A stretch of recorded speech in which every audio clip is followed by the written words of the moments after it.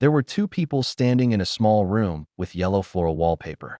A short woman with gray hair and hard facial features.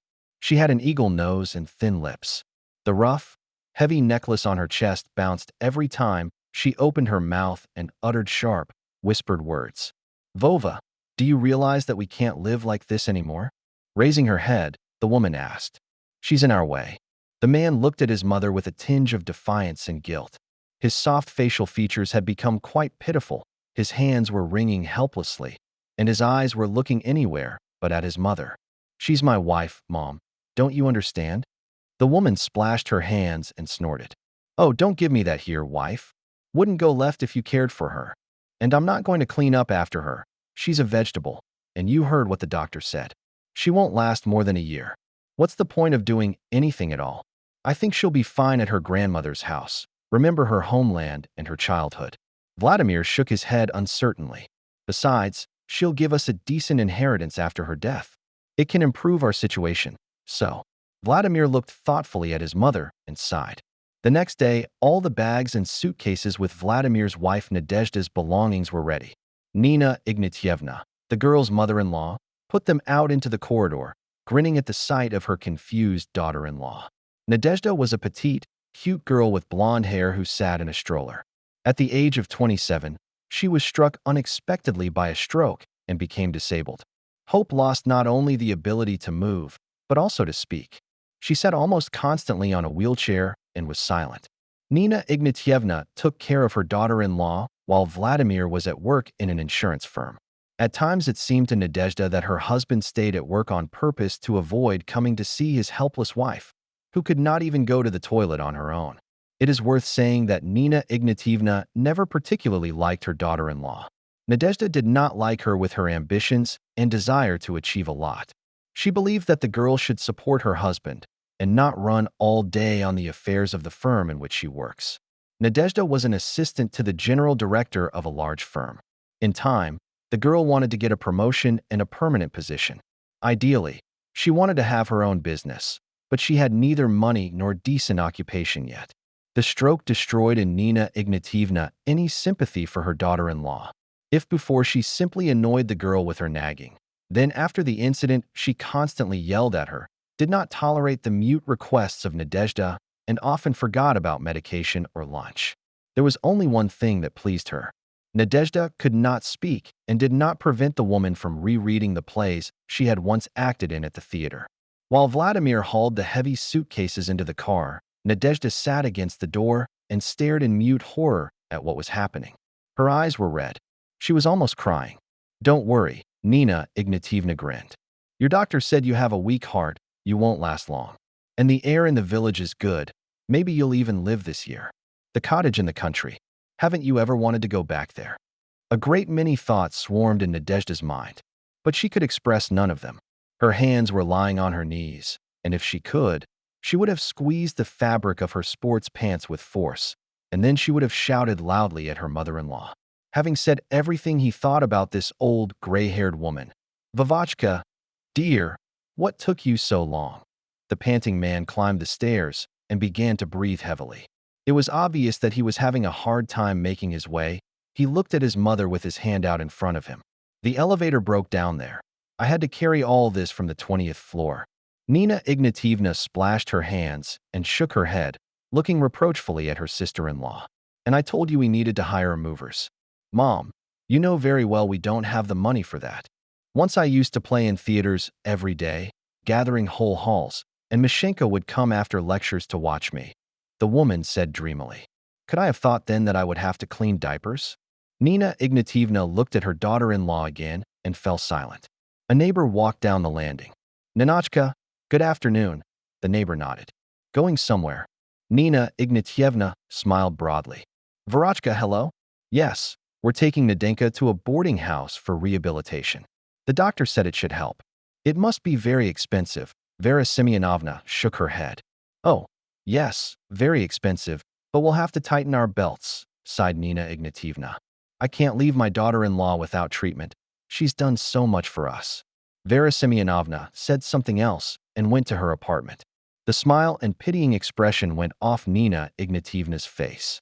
She turned to her son and frowned. Let's hurry up before the whole entryway finds out about our plans. I told you we should have done it early in the morning.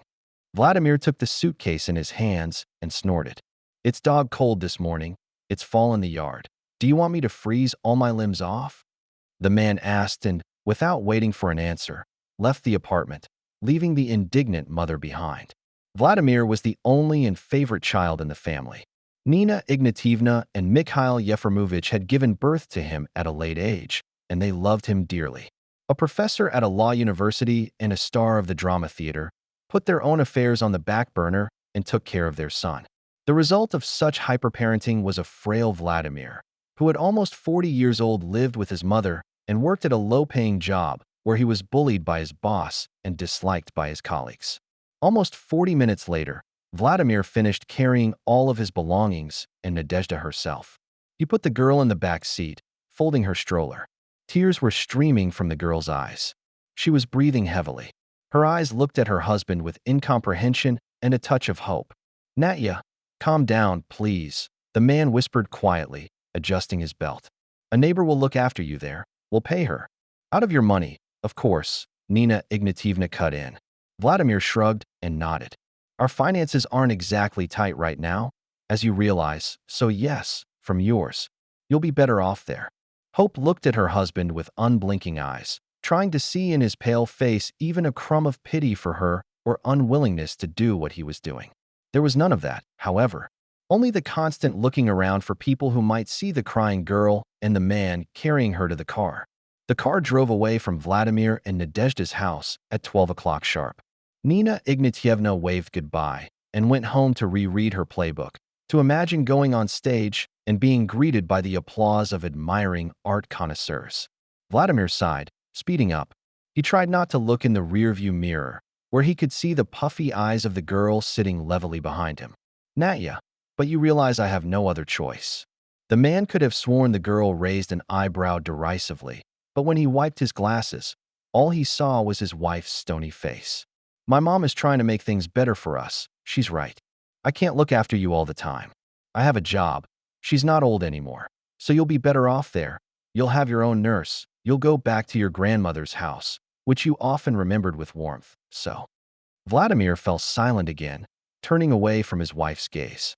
He could feel it with his back, however. It was as if it burned through his thin jacket and imprinted directly on his lungs, making him breathe more often. The way to the village where Nadezhda would have to live was long. The village was remote and almost abandoned. It had a couple of streets with only a few houses. There was one store in the center and an old medical station that had been closed a few years ago because there was no one to work there. The dark blue car rumbled to a halt outside a small house with an overgrown garden and a mowed fence. The house itself was quite tolerable, at least from the outside. The garden was full of century-old trees and thick grass that in some places was taller than the fence. In front of the window, there was an old bench on two small stumps, on which someone was lying. While Vladimir pulled his wife out of the car and sorted out her stroller and belongings, Nadezhda stared unblinkingly at the silhouette lying next to the house of her long-dead grandmother. The girl squinted, but couldn't make out who it was. "Galina!" Vladimir shouted. A short woman with short hair rose from the bench with a mutter. The woman staggered to the wicket. Her face was wrinkled and sagging. Her hair was tangled. There was a large crack on her lip and an old bruise under her eye. Galina was dressed in completely mismatched clothes, a yellow t-shirt with some inscriptions in English, green short pants, completely unsuitable for the weather, and pink worn shoes with rhinestones. "Vladimir Mihailovich," the woman shrieked. "You so early." Galina stammered. Vladimir frowned and turned to his wife. "This is your nurse, Nadia. Meet her. Her name is Galina. She will take care of you now." In confirmation of the words, Galina nodded and staggered back. If Nadezhda could, she would certainly have rolled her eyes. The situation seemed monstrously ridiculous to her, yes, horribly scary. Vladimir unloaded all the suitcases from the car, even carried them into the house, and slipped Galina a thin envelope. There was clearly not much in it. From the look of her, however, she had enough. Then the man stopped in front of the stroller and sighed. "Nadia, why are you not happy? I'm sure you're smiling in your heart. It's your childhood home." The man looked around the overgrown area and the wicket that had disintegrated right in his hands. "Fresh air," Nadezhda went to the kitchen for tea, and Vladimir was left alone in the room. He sat down on an armchair, unable to take his eyes off the beauty of the room. Paintings, sofas, flowers, carpets, it all seemed unreal. The man even pinched himself to prove that it was real. He could not believe that he had expected to see his sick wife in a wheelchair, and before him stood a beauty he had never seen in his life. Hope returned a couple minutes later with a large tray with several cups of tea on it. She handed one cup to her husband and took the other herself, sitting down carefully across from him. "Didn't expect it?" she asked quietly. The man shook his head. "I didn't expect my beloved husband to send me to die for money either. I thought." "Keep the meaningless excuse to yourself," Hope asked him. "I know all about you, darling. You're too bad at hiding the truth. It's all about my inheritance.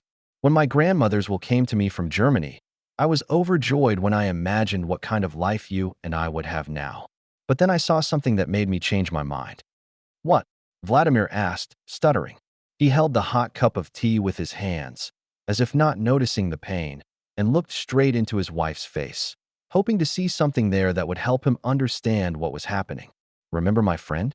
Nadezhda asked. "Tanya. We worked at the firm together." Vladimir nodded. "She's the one who told me to change my life. A year and a half ago, high estate Tatiana was sitting in the armchair of a small restaurant where their boss had sent them for negotiations, which had already ended.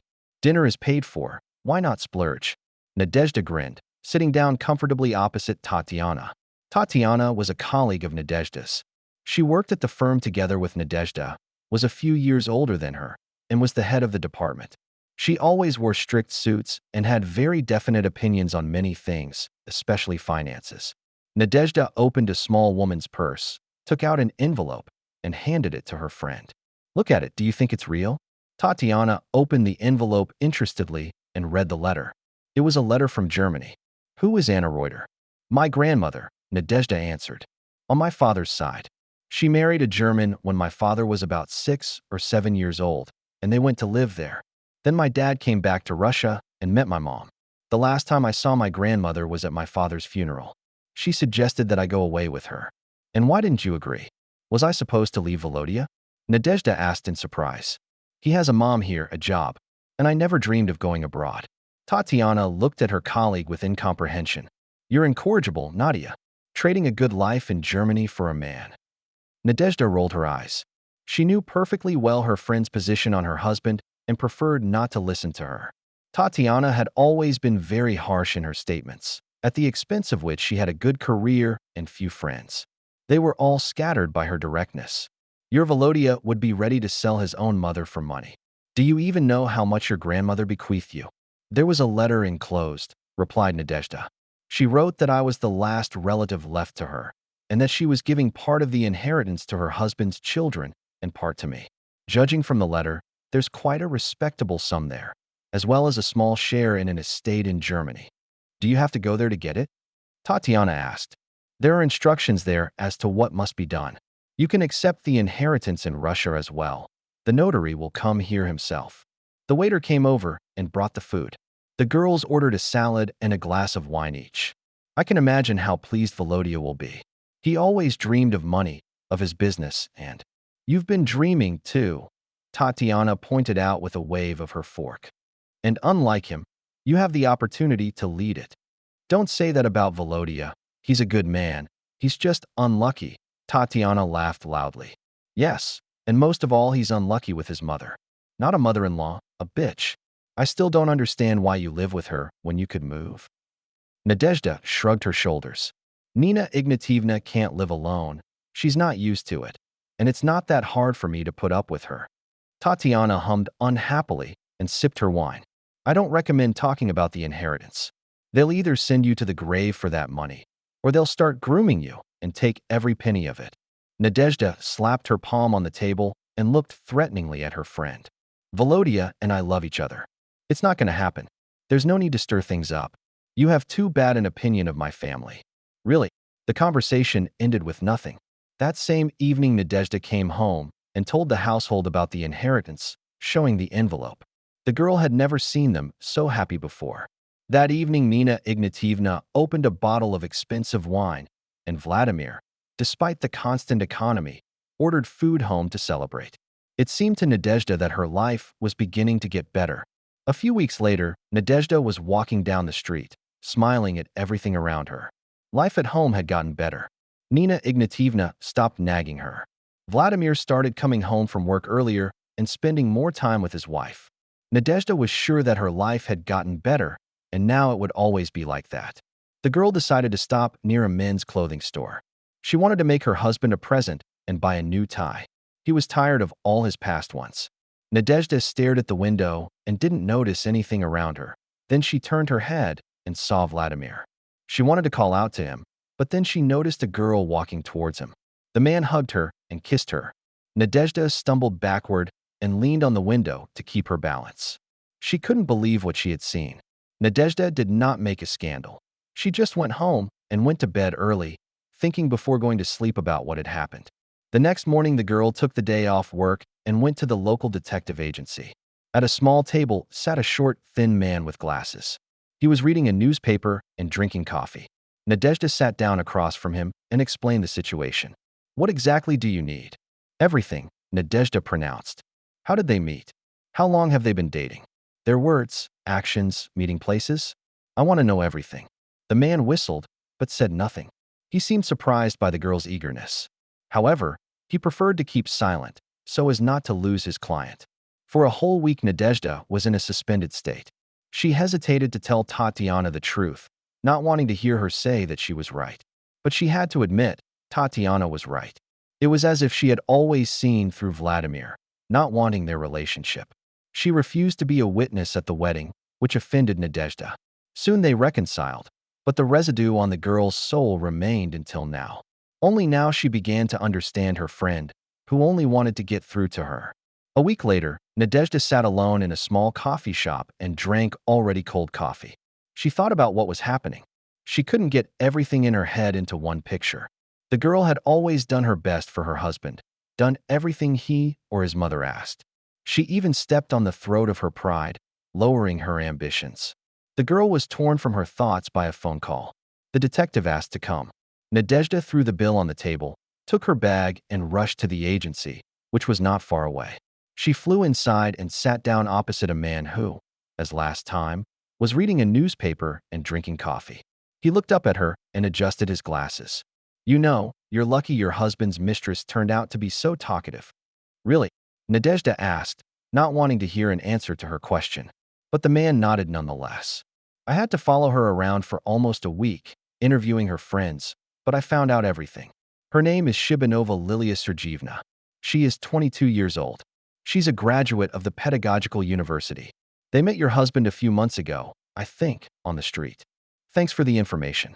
What about some facts, like a video or—" The detective, smiling broadly, reached into his desk drawer and pulled out a huge antique tape recorder. Hope was really surprised at what she saw. She hadn't seen a machine like this since she was a child. They didn't seem to make them like this anymore. After twisting something, the man turned on a loud, sometimes hoarse recording. "Vavochka!" shrieked a woman's ringing voice. "Is that for me? Oh gods, it's beautiful. Expensive, I suppose." "I wouldn't spare any money for you," said Vladimir in a satisfied voice.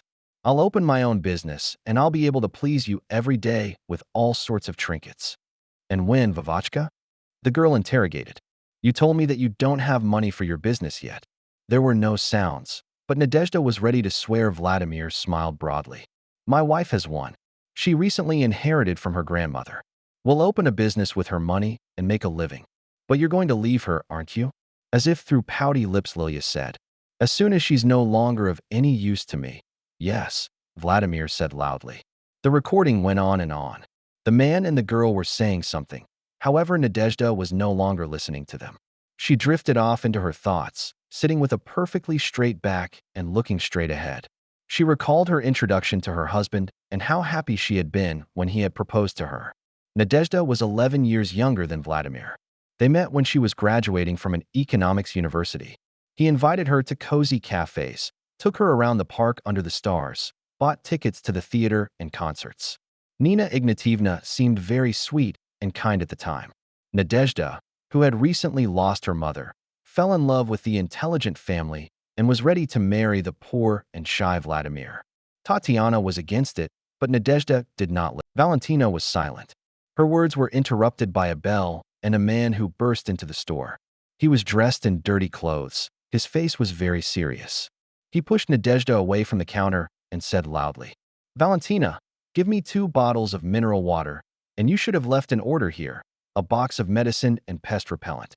Soon we'll have to plant for winter, and there's nothing to treat it with." "Nikolai, can't you see there's a visitor here?" Valentina asked sternly. Nikolai glimpsed at the girl and waved away. "She's a city girl. If that's what it takes, let her buy it there, but I need it urgently." "Nikolai." Valentina looked at him sternly. Nadezhda raised her hand in a conciliatory gesture. "Let him through. Aunt Valia, he seems to need it more."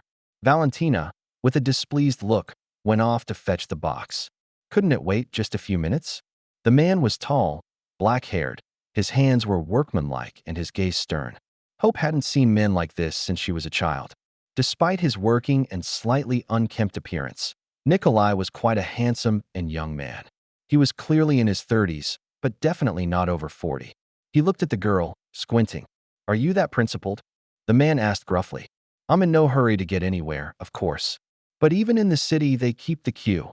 And there, believe me, they are in a hurry much more than yours." Nadezhda grinned and turned away, feeling the piercing gaze of the man's brown eyes. Valentina came out with a heavy box and held it out to her visitor. "Take it. Mineral water is over there."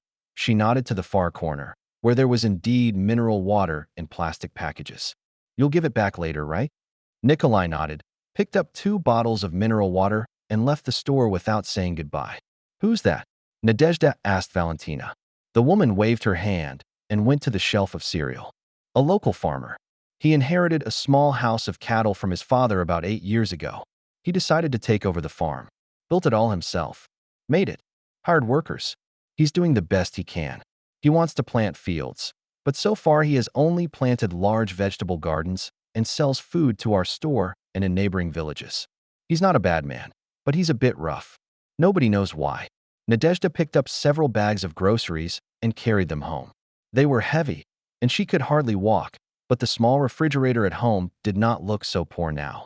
Then the girl went to buy vegetables and dairy products from the people Valentina had recommended to her. Even though in the city the girl was used to buying everything in the store, but in the village it was cheaper and better to buy from ordinary people. Dmitry Vasilyevich lived really not far from the store. He had a large plot and 2 goats, which barked loudly at the sight of Hope. As a child, the girl was afraid of animals, so now she avoided them. In the house, Nadezhda found an old man who was making some kind of chair. The girl explained the situation to him and introduced herself. "Ah, Dinka, I'm so glad to meet you." Through his thick gray beard, the old man smiled. "It's been so long since there have been any young ones in the village. You're the first in years. So also Rita's granddaughter. I only remember her daughter, Natasha." "Yes, that's my mom," the girl nodded. "So, are you going to sell the vegetables?" "I can give you some apples for change," smiled Dmitry Vasilyevich. "I have good apples, ripe and plump. They're good for winter, for compote and jam. Will you take them?" Nadezhda smiled happily, but the smile faded from her face when she saw Nikolai examining the girl's bags. Remembering the words of the man in the store, the girl began to think. She didn't want to go with a man who didn't know how to be polite, but she didn't want to carry huge bags either, so she had to step on the neck of her pride again. Yes, it wouldn't hurt. Nikolai got out of the car and picked up the bags.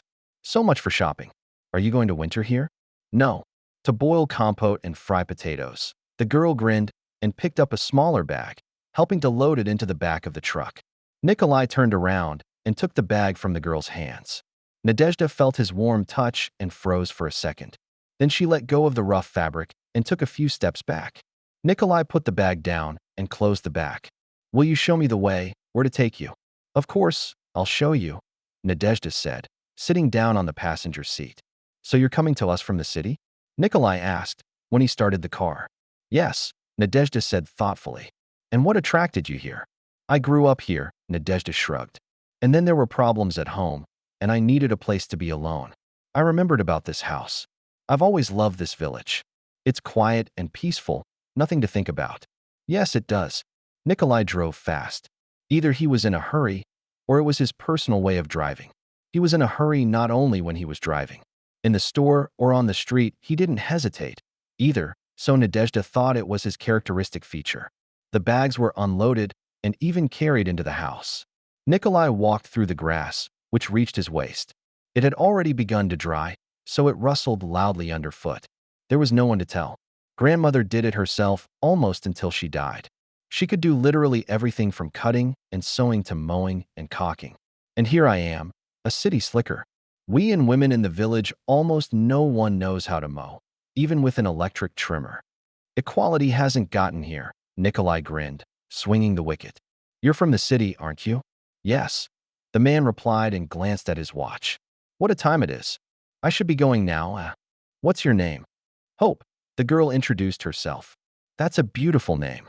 Nice to meet you, Nadezhda. You too, Nikolai, the girl smiled. Nikolai drove away, leaving the girl alone.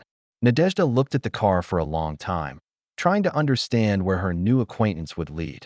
The next morning began with a rumble and a strange rustling sound. Nadezhda, tossing and turning, got up from the creaking bed and went to the window.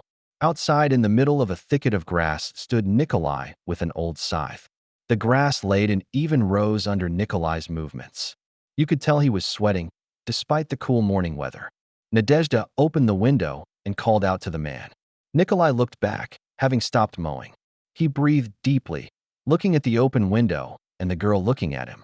Nadezhda was wearing only a long linen dress, which she found in the closet and decided to use as a nightgown. After cleaning the house and cooking, the girl was exhausted. She had no time left to sort things out. Therefore, she wore what she found in her grandmother's closet. What are you doing? Nikolai raised his eyebrows, silently expressing his opinion on the stupid question. I understand that you're mowing, but why are you doing it in my house? Do you want me to stop? Nikolai asked slightly and snidely, looking at the girl. Nadezhda shook her head and closed the window, not wanting to continue the conversation any further. Besides, she noticed the look in the man's eyes. He was clearly considering her. To avoid the repetition of such situations, the girl changed her clothes and went to the small kitchen. Nadezhda decided to make pancakes. Of course, she had never gotten up so early and didn't want to cook anything. Besides, the fast-paced city rhythm had accustomed her to not eating breakfast. But she had to feed the unexpected assistant who had decided to come to her house early in the morning and work. When Nikolai finished, and it became clear by the ceased sound of the scythe, the pancakes were already ready. Nadezhda was just finishing the last pancake. The girl went out on the porch and called out to the assistant. Come in for breakfast. The man shrugged his shoulders, put aside his scythe, and went into the house. He was sweaty and tired. You can use the shower. Nadezhda nodded at the bathroom and left for the kitchen. Nikolai, contrary to the hostess's suggestion, only washed his face. He came to the kitchen and sat down at the table. In front of him, there was a plate with pancakes and sour cream. Nadezhda stood next to the table with her arms folded across her chest. How much do I owe you? Nikolai raised his eyebrows in a question mark. Well, you didn't do it for free, did you? For food, grinned the man and took a bite of the pancake, leaning back in his chair. He looked directly into the girl's eyes, as if he wanted to read something in them. Well, if you don't want to accept payment, I won't impose, Nadezhda shrugged. I'm used to the fact that any labor should be paid for. Haven't you heard of any help in the city? Nadezhda snorted and laughed. You said yourself that you were from the city. Aunt Valia told me that you've lived here for 8 years, which means you can't reproach me. I'm not. It's just that city folk are always surprised when they get help for nothing. I used to be like that. Why aren't you eating, by the way? Nikolai asked. I don't eat breakfast, the girl waved away. I've always needed a wound to work. I'm not used to it. I usually had a snack at work. And what did you work as? Nikolai asked, tilting his head. He eyed the girl interestedly. Assistant to the general director of the firm. Nikolai whistled and smiled. I'm surprised you ended up here after this. He circled his hand around a small house with worn wallpaper. Don't think I didn't. It was chilly outside, the wind was blowing, but it also felt like it couldn't get any better. So peaceful and quiet. So what's the story about the stroke? Nikolai asked suddenly. Nadezhda shuddered. At first she wanted to make a joke, but then she remembered that she had promised to tell. She exhaled noisily and began her story. That's when I came up with the plan. Nadezhda recalled her conversation with the detective. Tanya had helped put it into action. She found a doctor who, for a small fee, agreed to say that I had had a stroke and would die soon. They believed it quickly, as if they hadn't thought it through and expected it. It was horrible. The 3 weeks that I lived with my husband and mother-in-law had taken away any pity and sympathy for them. I was forgotten and unwanted. And when he took me here, I realized it was the end. Nikolai took the girl's hand and squeezed it tightly. Nadezhda looked at the palm the man was holding and nodded in gratitude for the support. Why don't you go back to the city? At first, I just wanted to calm down and wait it out for a while, but then I realized I didn't want to go there. There's such a fast rhythm there, the constant running around. And besides, it's another reminder of Volodya and his mom. Nikolai let go of the girl's hand and sped up. Come on, I'll show you something. They walked for a long time. Nadezhda did not know where they were going, but when they reached it, she gasped in surprise. The man led her to a huge, luxurious house with a high fence. This is the house of an acquaintance of mine. We served together. He recently died of cancer. Now they're selling the house, and I don't want to. I wish I could buy it back, but I don't have the money, you know. They're gonna buy the house to tear it down and build some kind of a sawmill or something. I don't know. You realize if you buy this house, there's no going back, right? I don't want to go back to the city. I'm too fast and impatient for the countryside and too slow for the city. It's a paradox. Here I can achieve something, and there I can't. Nadezhda stopped her gaze on the man's stern face, on his eyes that looked at the house with Nadezhda, on his tightly compressed lips, and on the wrinkles on his forehead that appeared on Nikolai's face at those moments when he was thinking about something serious. Nadezhda's eyes lit up with determination. She squeezed Nikolai's hand, as he had done a few minutes ago, and smiled. You will definitely succeed. I'll help. We'll raise the farm, and you'll be just like your father dreamed. I promise. Nikolai again answered nothing, but the hope that flickered in his eyes made him glad. He believed in the best. Nikolai and Nadezhda began to work together. She helped him raise the farm, create new working conditions. They bought new livestock and equipment. Profit began to appear not only on the papers. The man was very happy about it. He gave the girl flowers several times as a sign of gratitude, and the tradition of fixing Nadezhda's house returned. He came almost every morning, and she cooked breakfast. It was their ritual. A few weeks after the walk, Tatiana arrived at the girl's house and brought the documents. Are you sure? She asked her friend. More than sure, Nadezhda replied and took the folder. There will be no turning back, Tatiana repeated Nadezhda's own words. I know, and I'm willing to take the risk. Tatiana remained silent, not wanting to argue with her friend. After what had happened, she tried to support her in any endeavor. Nadezhda clutched the documents to her chest and headed toward the farm. More equipment was due to arrive today, so the girl hurried as fast as she could. Besides, she had good news. She found Nikolai in his office as usual. He was sitting at his desk and writing something. At the sight of the girl, he smiled and blossomed. You're early, he said, pulling out a chair for Hope. The girl sat down at the table and put the papers down. Read it. Nikolai took the folder and began to slowly leaf through the papers. With each page, his eyes grew wider and wider. The girl watched his reaction with hidden fear and anticipation. After closing the folder, Nikolai put it aside on the table and lowered his eyes to the girl. What did you do? He asked hoarsely. Did you buy a house? Hope nodded and got up from her chair. She stood directly in front of the man, cocking her head and looking straight into his eyes. You didn't want it torn down. It was your friend's house, and I promised you it would work out. That's a lot of money, Nikolai exhaled. It's my money, and I do what I want with it. Besides, I like the countryside, and Hope's train of thought was interrupted by kisses. Is this the way you decided to get the house? Nadezhda grinned as Nikolai pulled away. Is that what you think of me? He asked huskily. No, the girl exhaled. I bought this house for us. If you want us to be. I think I'm in love.